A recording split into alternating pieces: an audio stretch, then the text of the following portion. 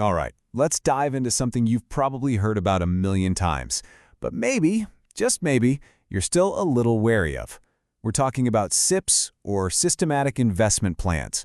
Everyone says you should be doing them, but what if you're worried about messing it all up? You know that feeling, that little knot in your stomach when you think about putting your hard-earned money into the market?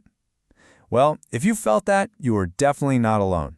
It's totally normal to worry about the risks, and frankly, it's pretty smart to be cautious. And these are the big ones, aren't they?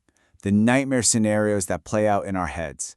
A sudden, brutal market crash. The fear of investing at the absolute worst possible moment. Or picking a fund that just doesn't perform. And then there's just life. Missing a payment and feeling like you've derailed the whole thing. These fears, they're very real. But what if we could take those fears, one by one, and just dismantle them? What if we could use cold, hard data to look them right in the eye? Let's see if we can turn that anxiety into your biggest advantage. So, let's get into it. Okay, so at its very core, a SIP is just a simple, disciplined way to build wealth over time. You invest a set amount of money regularly. Easy. But its simplicity gets buried under all these myths that feed our fears. So let's start by tackling the first one. Let's go after the biggest myth of them all. This idea that you need to be some kind of market genius, some kind of wizard who can perfectly predict the highs and lows to actually make money. The myth is that when you invest is everything. You have to find that perfect day, that perfect frequency. But the reality? As we're about to see, the data is crystal clear. Consistency just completely crushes any attempt at clever timing. So the first question people ask is, okay, how often should I invest? Daily? Weekly? Monthly? Well, take a look. This chart shows the returns based on historical Nifty 50 data. And you see that? The bars are basically identical. The difference is so tiny, it's pretty much a rounding error. The big takeaway here? Don't stress about it. Just pick what's convenient for you. All right, so frequency doesn't matter. But what about the specific day? The 1st?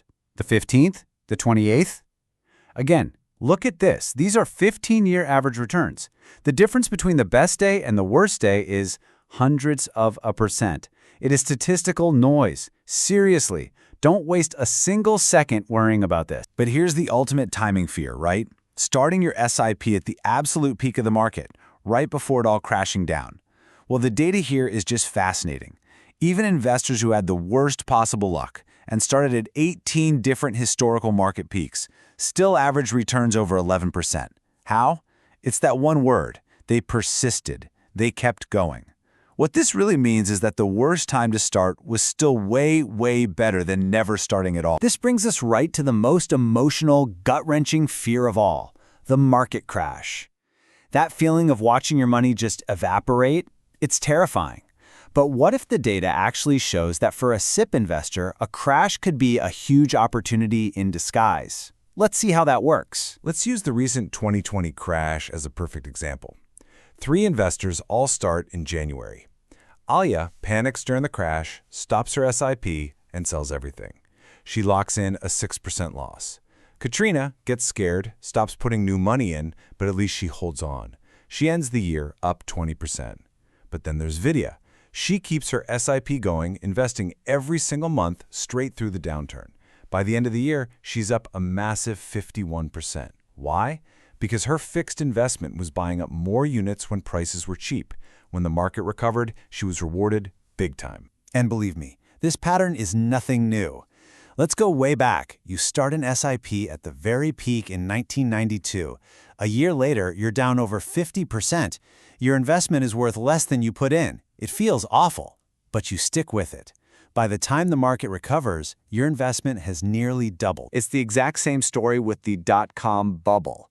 You start at the peak. The market gets sliced in half. Your 100,000 rupees is now worth 70,000. You feel sick, but you keep buying. And when the market finally claws its way back, your 240,000 in total investments is now worth over 384,000. And let's not forget the big one, 2008, a brutal 60% drop. You start at the worst possible time, watch your investments sink, but by staying disciplined, when the market recovers less than 3 years later, you're already solidly in the green. The lesson from history is clear. Downturns aren't just something to survive. They're actually when you build the foundation for future wealth. Okay, so staying the course is key. We get it. But let's be realistic. We're human. What if life gets in the way and I miss a payment? Or worse, what if I just picked a bad fund to begin with? Now, missing payments does make a difference, no doubt about it. In this 20-year example, missing just 3 payments a year has a pretty big impact. But don't look at this as a punishment for being imperfect. Look at it as the incredible reward you get for consistency.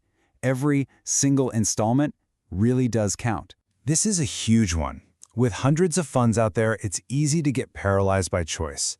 What if I do everything right, but I just bet on the wrong horse? Okay, let's look at the absolute worst-case scenario. We took the single worst-performing equity fund over a 25-year period, a total lemon. Investing in that fund would have still turned your 30 lakhs into nearly 79 lakhs.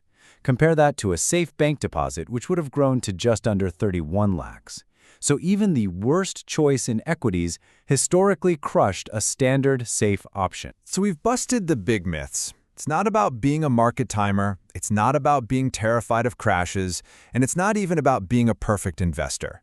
So what is the secret sauce here? Well, it's actually much simpler. The real secret, it's just time. I mean, look at this table. It's incredible.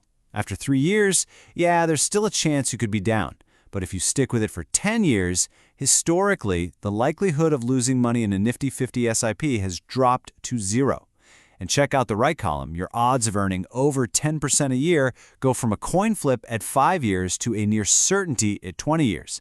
Time is your superpower. It crushes risk. And why is time so powerful? It's all about compounding, that snowball effect. For the first 10 years, it feels kind of slow. Your returns basically match what you put in. But then, the magic starts. Your returns start earning their own returns. It accelerates. At 20 years, your profit is triple your investment. At 30 years, it's over 8 times what you put in. This is the real engine of wealth creation. And here it is, the final proof. A 25-year race. A bank deposit gets you to 79 lakhs. Solid.